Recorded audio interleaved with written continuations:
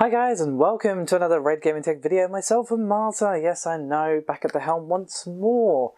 So, what do I have for you today? Well, as per usual, I have a collection of tech news, and we're going to kick things off with yet more news on what Intel are up to. You may recall yesterday that Paul covered some interesting rumours regarding the i7 9700K and how, according to the specs that leaked yesterday, it was not, and I repeat, not going to have hyperthreading, which of course made everyone scratch their heads and go, eh? That's a bit odd, but okay. And now we have a leak of a Syssoft Sandra database entry, which seems to run with this theory. So, what does it actually tell you? So according to what we have here, it allegedly has 3.6 GHz base clock and up to 4.6 GHz maximum turbo clock. Now this makes it rather interesting, as of course this does put it a bit too close for comfort, some would argue, to the i7 8700K, which has 12 threads thanks to it actually having hyperthreading.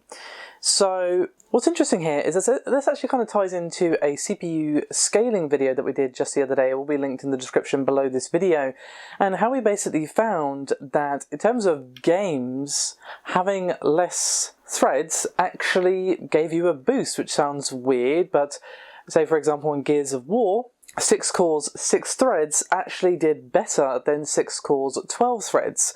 But for multitasking and stuff like that, and applications that make better use of multi-threading, of course, you're probably going to be seeing the 9700K being put in a tough spot. But it is interesting, to see a leak so soon after the last, basically confirming that, yep, that looks to be fairly accurate. Now, by no means am I saying that the 9700K is going to be a bad CPU. As I said, it does have 3.6 GHz base and 4.6 GHz a boost. This of course does put it below the 9900K, which of course has the 5 GHz with 16 threads enabled. But considering no hyperthreading, the 9700K is still not exactly shabby at 4.6 GHz. Now of course we should not treat this as a confirmation by any means. This is still a leak, as it were, from a Syssoft Sandra database, but it is interesting to have these two rumours line up so neatly with each other. Now while we're on the subject of CPUs, we actually have a very quick something regarding Zen. Now what we have here is a post on Chip Hell regarding Zen 2, which is of course going to be on 7nm, and now what it actually claims is that we're going to be seeing a 10 to 15% IPC uplift. Now of course AMD have been pretty damn aggressive in the core war, as it were, but when it comes to IPC, their gains unfortunately haven't been quite so, well, aggressive, to use the same word again, but it does seem the most appropriate. So if this particular report is true, this will kind of pull Zen 2 in line with Kaby Lake. And of course I mean by that in terms of the per core single thread performance, and of course we've got higher performance in multi-threaded workloads, and we also have AMD's SMT being brought into the equation as well. And of course the inevitable clock increases that are undoubtedly going to be happening with the improved Zen 2 parts. Now of course none of this is counting what the 7nm process is actually going to bring to the table, which I think cannot actually be understated. I mean, we have seen what the improvements to Zen Plus have actually brought to the table with 12nm, so you can only imagine what improvements we're going to see just from that alone. Now of course Paul did discuss this, but this was basically even more details on the previous rumours, so I just kind of wanted to revisit it briefly. Now the next topic is actually regarding Samsung, and it could be rather interesting and be one of those things where you drop a pebble in a lake and the ripples are felt across the lake, in which case is the industry. And now according to a report from Jon Peddie Research, Samsung have finished something rather tasty. Just finished development on their own in-house GPU, the SGPU, and again, according to Jon Peddie, it could, quote, also the new SGPU is, quote, the first new GPU design in over a decade, and is definitely going to be, according to this at least, having AMD, Apple, Nvidia and so on looking over their shoulder. Now of course the claim from Jon Peddie that this is the first new GPU design in over a decade is, well, rather a bold one to say the least. And we do actually have some rumblings as to what could be brought to the table with the SGPU. And according to engineering tests and simulations, which of course, are subject to change as you would very much expect, the early SGPU design performs better than predicted with some pretty nice performance, latency, capabilities and power consumption. It also brings to the table as well a SIMD architecture which does bundle multiple instructions into a group that can be executed in a single cycle. So obviously the question remains as to what Samsung is actually going to do with this brand new design. It's very possible that they could be keeping it to themselves for their latest line of phones or whatever, or they could be outsourcing it to all and sundry. We just don't know, of course, if the technology is as impressive as they claim.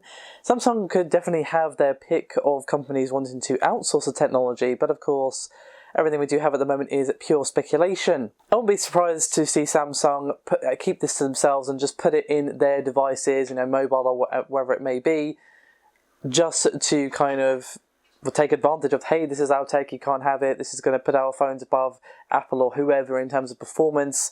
Of course, that's pure speculation again, but it's definitely interesting. And our final topic is actually regarding Microsoft and a brand new Surface, as we actually see a listing for the Microsoft Surface Pro, and we do actually have lots and lots of tasty details in terms of the specifications on this particular device. So, what do I actually have for you here? Well, according to the press release and official product pages, there are two models that will be made available from the 23rd of August or the 2nd of August in the US, and we're also going to be seeing an entry-level Surface at $399 or $379, and this is going to be a Surface Go with 4 gigs of RAM, should I say, and 64 gigs of storage. Now, if you've got a bit more scratch kicking around in the old bank account, there is, of course, a higher spec version for about $550 or £509, which has 8 gigs of RAM and 128 gigs of storage itself.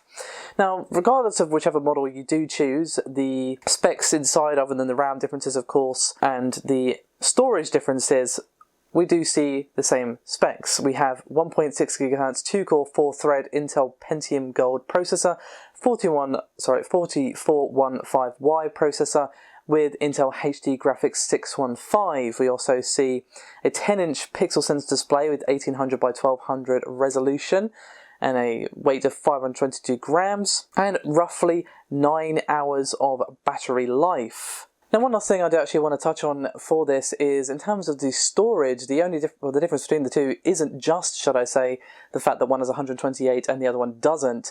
We're actually going to be seeing a difference in the type of storage used, as the 128GB variant is going to use an SSD and the other one is going to use eMMC. So while it's not exactly anything to throw a parade in the streets about, it's definitely going to have an impact. There is a reason that I would highly recommend that you put your OS on an SSD if you do happen to have one, because it can really improve your load times. And again, there is a reason why we do put our games on an SSD, especially for benchmarking, as you're just getting less problems with the hard drive holding the games back, improving those load times and all that sort of stuff. So the SSD is going to feel snappier and more responsive when it comes to loading, and especially if you are perhaps using your Surface to do Excel spreadsheets or that sort of thing. So yeah.